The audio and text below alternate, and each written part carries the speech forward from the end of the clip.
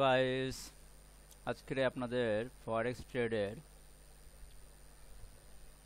চমৎকার একটি মেথড আপনাদেরকে দেখাবো। আসলে আমি যে রোবট ট্রেড করি সব মেথডগুলো আমার নিজস্ব মেথডে রোবট তৈরি করা, যে কারণে মেথডগুলো আমি আপনাদের সাথে শেয়ার করে দিই। কোনো কিছুই হাইড রাখি না, সিক্রেট রাখি না। এতে করে যে জিনিসটা হয়, যার রোবট নিয়ে কাজ করার অ্যাবিলিটি আছে সে রোবট নিয়ে কাজ করতে পারে, আর যার রোবট নিয়ে আপাতত কাজ করার অ্যাবিলিটি নাই সে ম্যানুয়ালভাবে কাজ করতে পারবে। তো ম্যানুয়ালভাবে কাজ করতে গেলে যে জিনিসটা হয়, অনেক প্রতিবন্ধকতা সৃষ্টি হয়। ম্যানুয়াল কাজ করতে গেলে অনেক সমস্যার সৃষ্টি হয়, কারণ ম্যানুয়াল কাজ করতে হলে আপনাকে পর্যাপ্ত পরিমাণ সময় দিতে হয় ফরেক্স মার্কেটে। আপনি পর্যাপ্ত পরিমাণ সময় না দিলে পারফেক্ট মুভমেন্টও আপনি পাবেন না, সঠিকভাবে অর্ডার করতে পারবেন না, লাভ নিতে পারবেন না। আপনি যদি অল্প সময়ের জন্য ফরেক্সে আসেন এবং অর্ডার করতেই হবে এই মনের সাথে যদি আপনার থাকে, তাহলে আপনি ফরেক্সে 100% আপনি ভুল ট্রেড করবেন এবং লস করবেন। এটা স্বাভাবিক ব্যাপার। এবং একটা সময় আপনি লস করে ব্যালেন্স হারাবেন, মার্কেট থেকে ছিটকে যাবেন। সঠিক টাইমের জন্য আপনাকে অপেক্ষা করতে হবে, সঠিক মুভমেন্টগুলো খুঁজে বের করতে হবে, যে মুভমেন্ট সবসময় পাওয়া যায় না। চলুন একটা মেথড নিয়ে আজকে আলোচনা করি। আমরা ফরেক্স মার্কেটে ম্যাক্সিমাম সময় কিন্তু টেস্ট মুভমেন্ট দেখি, আর বাকি সময় আমরা ট্রেন্ড দেখি। ট্রেন্ড বলতে যেটা বোঝায় একটা সেল ট্রেন্ড, একটা বাই ট্রেন্ড। এখানে দেখেন এটা কিন্তু সেল ট্রেন্ড হয়েছে। হ্যাঁ, এখানে আবার টেস্ট মুভমেন্ট চলেছে, একই জায়গায় buy sell buy sell buy sell buy sell হয়ে আবার ট্রেন্ড ধরছে, সেল ধরছে। আবার এখানে কিন্তু বাই সেল হালকা, মানে টেস্ট মুভমেন্ট যাকে বলে, টেস্ট করতেছে মার্কেট। মানে এখানে এমন এমন ক্যান্ডেল তৈরি করবে, এভাবে আপনাকে বোঝাবে যে মার্কেট মনে হয় উপরে চলে যাবে, কিন্তু আসলে না। এটা হচ্ছে ধৈর্যের পরীক্ষা। এখানে টেস্ট মুভমেন্ট করে আবার সে ছেড়ে চলে গেছে। এখন এটা আবার ধীরে ধীরে ধীরে ধীরে ধীরে ধীরে ধীরে কি বাই ট্রেন্ডে যাচ্ছে। তো এই যে সেল ট্রেন্ড বাই ট্রেন্ডের মাঝখানে কিছু টেস্ট মুভমেন্ট চলে। টেস্ট মুভমেন্টে অর্ডার করাটাই কঠিন ব্যাপার। যদি ভুল অর্ডার হয়ে যায় তাহলে আপনি মার্কেটে বিপরীতে পড়ে যাবেন। আর যদি পজিটিভে থাকেন তাহলে আপনাকে ধৈর্য ধরতে হবে, তাহলে আপনি 100% প্রফিট পাবেন। পজিটিভ অর্ডার করলেই যে লাভ পাবেন তা না। পজিটিভ অর্ডার করা মাত্রই মার্কেট কিছুটা নেগেটিভে থাকে, তারপর পজিটিভ যেতে সময় লাগে, কিন্তু আপনি পজিটিভ অর্ডার করলে লাভ পাবেন। সময়ের ব্যবধানে আপনি লাভ পাবেন।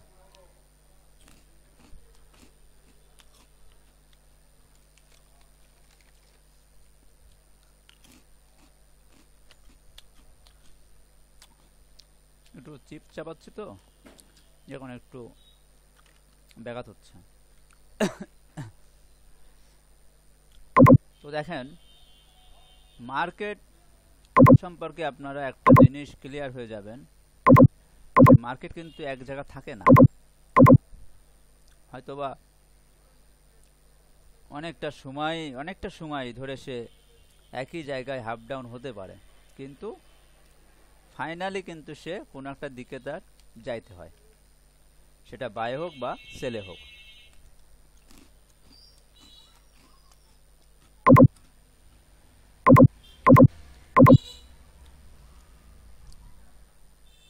এখান থেকে মার্কেট দেখেন বাই গেছে কিভাবে। এটা হচ্ছে গ্যাপ ক্যান্ডেল। এটা হচ্ছে আপনার শনি রবি মার্কেট বন্ধ থাকে, তো রবিবার যখন 3:30টায় মার্কেট ওপেন হয় তখন এই গ্যাপ ক্যান্ডেলটা সৃষ্টি হয়।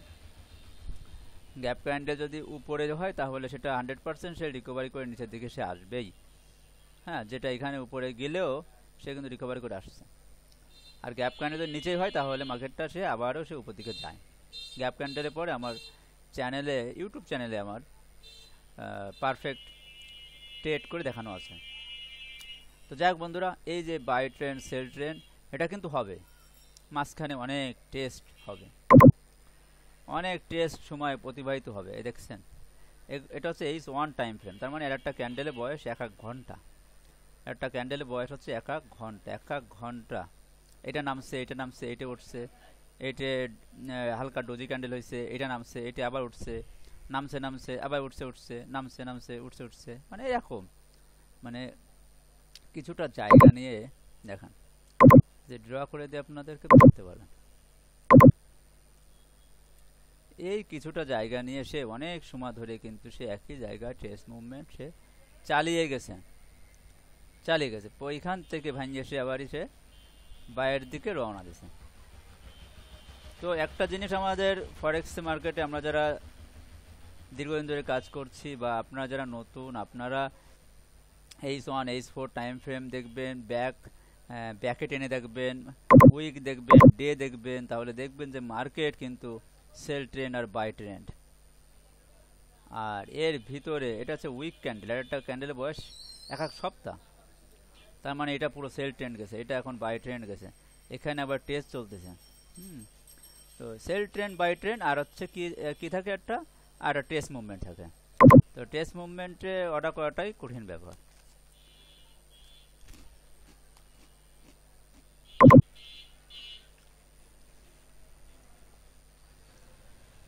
আপনাদেরকে একটা কথা বলি, যদি বাই ট্রেন্ড দেখেন মার্কেট, স্রোতের বিপরীতে কখনো অর্ডার করবেন না। বিশেষ করে বৃহস্পতিবার আর শুক্রবার, স্রোতের বিপরীতে কখনোই অর্ডার করবেন না। বৃহস্পতিবার এবং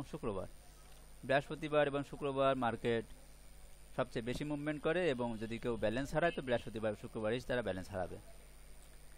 এই জন্য স্রোতের বিপরীত যাওয়া যাবে না। যদি এখন বাই ট্রেন্ড, তো বাইয়ে দেখছেন অনেক অনেক বায়ে উঠছে, হ্যাঁ এবার মনে হচ্ছে শিওর নেমে যাবে, বিষয়টা সেরকম না, ওইখান থেকে মার্কেট আরও বেড়ে যাবে। দেখা যাচ্ছে বৃহস্পতি শুক্রবারে দেখা যাচ্ছে মার্কেটটা নামতে নামতে এত নামছে, RSI দেখা যাচ্ছে আপনার 80 হয়ে চলে আসছে, 85 চলে আসছে। হ্যাঁ মনে হচ্ছে আর নামবে না, কিন্তু বিষয়টা সেরকম না, মার্কেট আরও নামবে।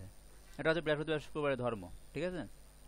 তো যাই হোক, আপনার ট্রেন্ড দেখে অর্ডার করব, এবং সেই অর্ডার থেকে 10 পিস ব্যবধান রেখে আমরা তার বিপরীতে অর্ডার বসাবো। যদি কিনা মার্কেট ফেল করে, যে আমি দেখতেছি মার্কেটটা বাইরে যাবে, যদি কিনা মার্কেট বাইরে না যায়, যদি কিনা এই 10 পিপস নেগেটিভ চলে আসে, তাহলে এখান থেকে সে একটা সেল অর্ডার ধরবে। প্রথমটা যদি 1 সেন্টে অর্ডার হয়, তার দ্বিতীয় অর্ডারটা হবে হচ্ছে 2 সেন্টে সেল হবে। তার মানে মার্কেট নেগেটিভে গেলে আমার 1 সেন্টে যে লস হবে, 2 সেন্টে লাভে সেটা রিকভারি হয়ে যাবে, ইভারেজ করে আমার প্রফিট হয়ে যাবে। 2 সেন্টের লাভ আর 1 সেন্টের লস এক জিনিস না, 2 সেন্টের লাভ তো বেশি হবে, যেখানে আর এক জায়গায় আপনি 2 সেন্ট অর্ডার করছেন, মানে ডবল। তো এইভাবে কিন্তু একটা জায়গায় মার্কেট 10 পিপসের ব্যবধানে আপনারা আটকা ফেলতে পারেন। 10 পিপসের ব্যবধানে আটকা ফেলে বাই সেল 10 পিপসের ব্যবধানে আপনারা মার্কেটটাকে আটকিয়ে ক্রমাগত বাই সেলটা লট সাইজটা ইনক্রিজ করে আপনারা যদি 5-6টা অর্ডার বসতে পারে, হাইয়েস্ট 5-6টা অর্ডার, 7টা ক্যান্ডেল আমরা দেখেছি যে মার্কেট যে আপ ডাউন হয় একই জায়গায় টেস্ট মুভমেন্ট, তা 7টা ক্যান্ডেলের মধ্যেই সীমাবদ্ধ থাকে, 7-8টা ক্যান্ডেলের মধ্যেই সীমাবদ্ধ থাকে। হ্যাঁ, তো এই যে বাই সেল একই জায়গায় যদি আপনি করেন 10 পিপসের ব্যবধান রেখে, প্রথমটা 1 দিলে নিচে দিবেন 2, তারপরে দিবেন 3, তারপরে দিবেন 4, এইভাবে, তাতে করে দেখা যাচ্ছে আপনার 4-5টা অর্ডার একই জায়গায় হতে পারে, টেস্ট মুভমেন্টে হতে পারে। কিন্তু বৃহস্পতিবার শুক্রবার কখনোই হবে না। বৃহস্পতি শুক্রবারে ও আপনাকে মার্কেট টেনে চলে যায়, যে কোনো একদিকে যাবে। বৃহস্পতি শুক্রবারে হচ্ছে ট্রেড করে সবথেকে বেশি মজা, এই জন্য ট্রেন্ডে ট্রেড করবেন, দেখবেন প্রফিটের মধ্যেই আছেন। ট্রেন্ডে তো অর্ডার করে দিয়েছেন, এবার ওই বিপরীত 10 পিপস নেগেটিভে আপনি একটা পেন্ডিং অর্ডার পাঠিয়ে দিবেন তার ডবল দিয়ে। যদি কিনা সে ট্রেন্ড যদি না যায়, আপনার মনে যে ভয় যদি না যায়, তাহলে সে বিপরীত দিয়ে গেলে সে 2 সেন্টের লাভে আপনাকে বেশি দিয়ে যাবে, তাই লসের থেকে লাভটা বেশি হয়ে যাবে, তাই না। তো একটা রোবট আপনি একটু কাজ করি দেখে, কনভার্টিং স্ট্র্যাটেজিটা করে এফএক্স রোবট। এই রোবটটা আমি RSI দেখেন 45 আর 55 দিছি। 45-এর নিচেই থাকলে সাধারণত একটা সেল ট্রেন্ড মুখী যাত্রা শুরু করে মার্কেট, আর 55 উপর থাকলে মার্কেট বাই ট্রেন্ডের দিকে, হ্যাঁ বাই ট্রেন্ড মুখী হয় সাধারণত। তো যাই হোক, 45 আর 55 দিয়ে আছে RSI।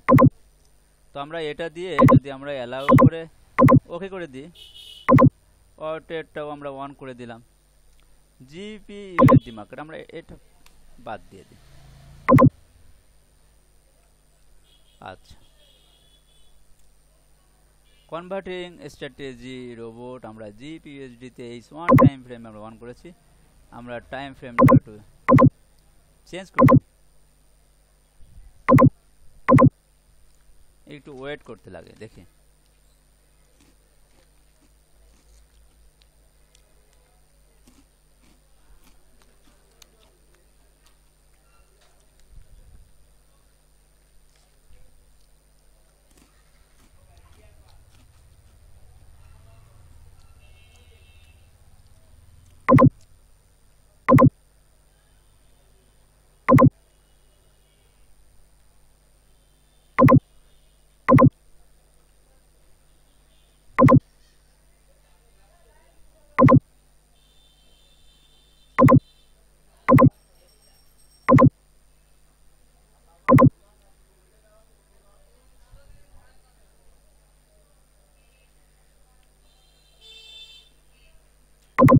দেখেন এন্ট্রি ডিস্টেন্স 100 মানে 10 পিপস।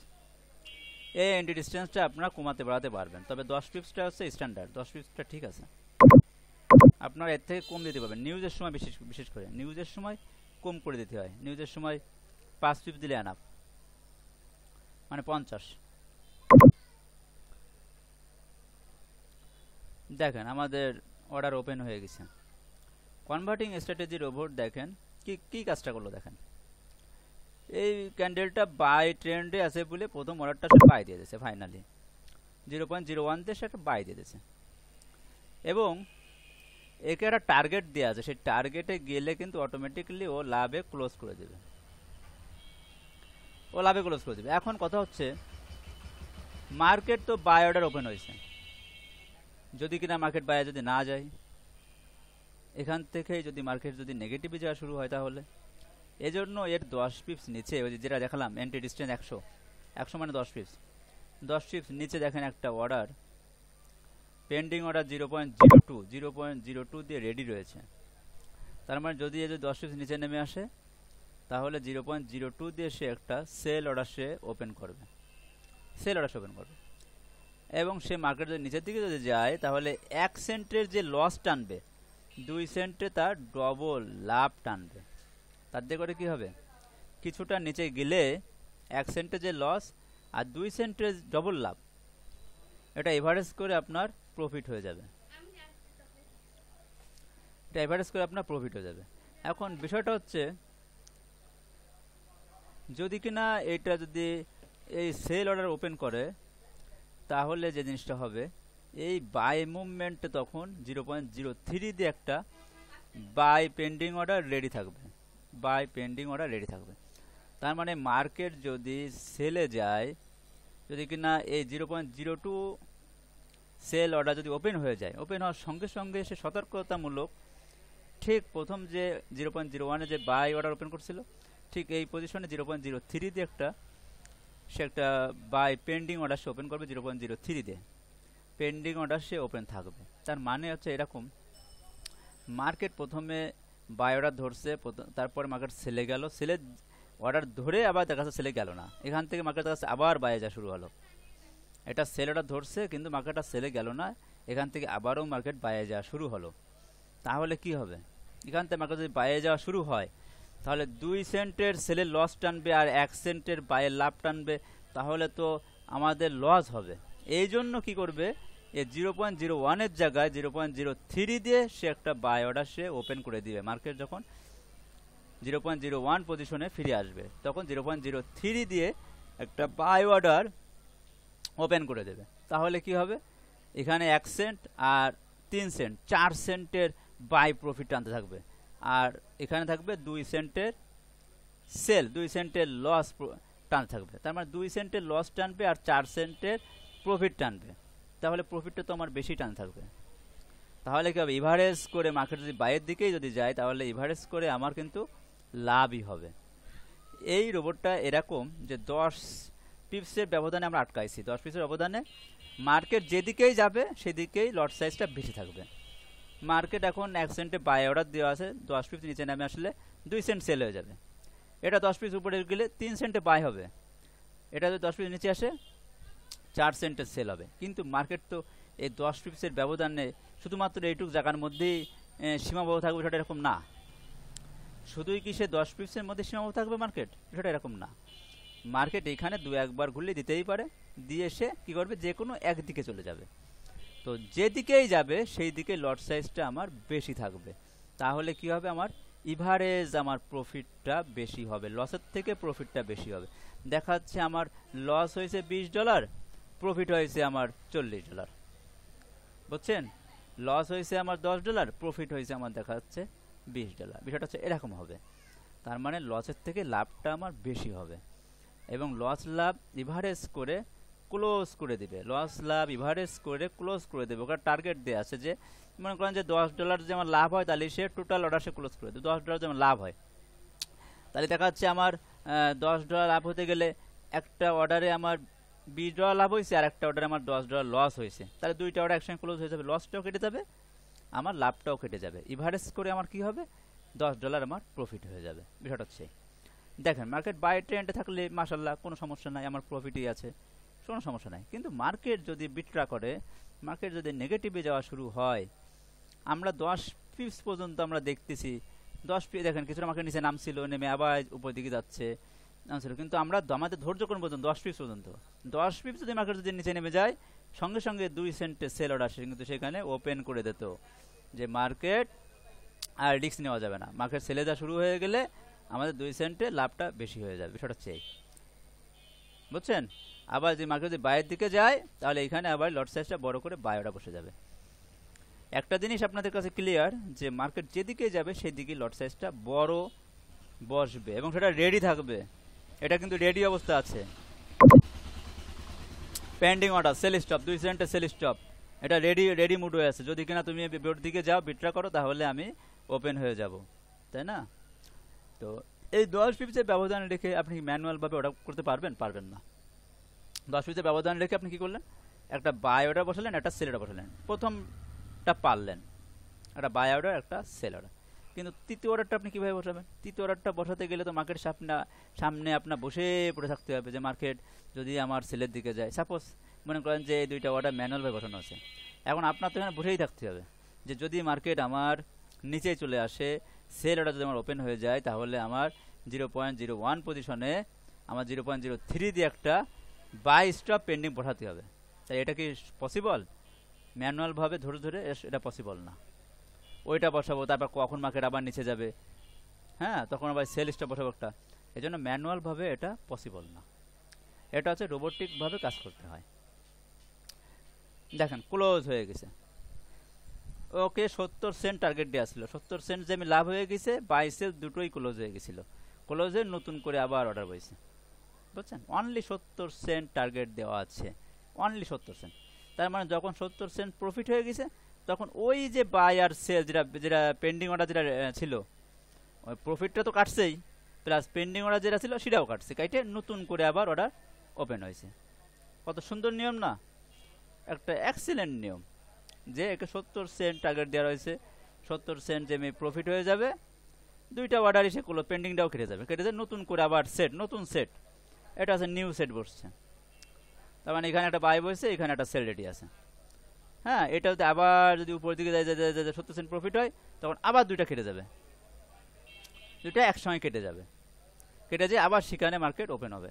কারণ বিষয়টা তো এরকমই, যে মার্কেট প্রথমে বাই ট্রেন্ডে যাবে, তারপর আবার সেল ট্রেন্ডে যাবে। সেল ট্রেন্ডে যখন যাওয়া শুরু হবে, তখন তো আমার সেল অর্ডার ওপেন হবে, সেল অর্ডার ওপেন হতে হতে হতে হতে আসবে। মানে মার্কেট দেখছেন, যেখানে বড় বসছিল, এখানে অর্ডার বসছিল, এখানে বসছে, এখানে বসছে, এবার এখানে আর এখানে বসছে। তার মানে বাই ট্রেন্ড যাচ্ছে, আর ও 70 সেন্ট করে প্রফিট দিতে দিতে দিতে যাচ্ছে। আবার যখন ও সেল ট্রেন্ডে যাওয়া শুরু হবে, তখন এরা ঠিক ওই একইভাবে নামতে নামতে আসবে, ও 70 সেন্ট করে প্রফিট দিতে দিতে আসবে। মানে এখন 70 সেন্ট দেওয়া, তার মানে হচ্ছে এখন তো আর নিউজ টাইম নাই, এখন তো মার্কেট স্লো মুভমেন্ট, ধীরে ধীরে ধীরে ধীরে ধীরে ধীরে মুভমেন্ট করবে। তা 70 সেন্ট করে মুভ করলে সমস্যা কি? এটা হচ্ছে রিস্ক ফ্রি করে দেওয়া, ঠিক আছে? আর নিউজের সময় যে জিনিসটা করতে হবে, আমার টার্গেটটা বাড়াই দিতে হবে। আপনাদেরকে আমি দেখিয়ে নিউজের সময় যে এখানে দেখেন 0.7 মানে 70 সেন্ট প্রফিট টার্গেট, 70 সেন্টে এ কেটে যাবে। এখানে 100 হলে হবে হচ্ছে $1, 0.7 মানে 70 সেন্ট। এখানে যদি আমি যদি 100 দিয়ে দিই, 100 যদি করে দিই, তার মানে $1 প্রফিট হলে সে কেটে যাবে। 200 দিলে $2 প্রফিট কেটে যাবে। আমরা নিউজের সময় যে জিনিসটা করি, নিউজের সময় এই যে এন্ট্রি ডিস্টেন্সটা আমরা এখানে 50 করে দিই, মানে 5 পিপসের ব্যবধান করে দিই। এই এন্ট্রি ডিস্টেন্সটা 5 পিপসের ব্যবধান করে দিই। মার্কেট নিউজের সময় এরকম হয় না, একই জায়গায় ধাপ করে উঠে চলে যায়, বা ধাপ করে নিচে চলে যায়, বা একই জায়গায় হাফ ডাউন হয়ে যে কোনো একদিকে বড় করে চলে যায়। তা এটা যে কোনো একদিকে বড় করে চলে গেলেই তো আমার লাভ, কারণ মার্কেটটা যেদিকে যাবে সেদিকে আমার লট সাইজ বড় থাকতেছে, অতএব কোনো চিন্তা নাই। কিন্তু ম্যানুয়ালভাবে আপনি কখনোই বড়াতে পারবেন না। ম্যানুয়ালভাবে নিউজের সময়ও পারবেন না, এমনি সময়ও আপনি ওইভাবে পারবেন না। এটা কঠিন ব্যাপার, এটা অসম্ভব। তো নিউজের সময় আমরা ডিস্টেন্স কমাই দেবো, 5 পিপসের ব্যবধানে রাখবো, মার্কেট খ্যাট করে উপর দিকে টান দেবে, আমার প্রফিট হিট হয়ে যাবে, বা নিচে দিয়ে টান দেবে, আমার প্রফিট হিট হয়ে যাবে। অথবা নিউজের সময় কী হয়, মার্কেট এক জায়গায় ঝিম ধরে হালকা উপর দিকে টান দিয়ে আবার নিচে দিয়ে চলে যায়, মানে যে বাড়িটা দেয় নিউজে। কিছু কিছু নিউজ আছে না, যে নিউজে বাড়ি দেয়, উপর নিচে বাড়ি দেয়, উপরে যে আবার নিচে চলে যায়, বা নিচে যে আবার উপরে চলে যায়। হ্যাঁ, তো এই যে বাড়ি দেয়, তো বাড়ি দিলে কি হবে, আমাদের তো অলরেডি দুদিকে ইনক্রিজ করবে, মার্কেট পেন্ডিং অর্ডারগুলো বাড়তে থাকবে, অটোমেটিকলি বাড়তে থাকবে। তো মার্কেট যেদিকেই যাবে ফাইনালি সেদিকেই আমার প্রফিটটা বেশি হবে। আর আমার যে টার্গেট দেওয়া থাকবে সেই টার্গেট হয়ে গেলে টোটাল অর্ডার সে ক্লোজ করে দেবে।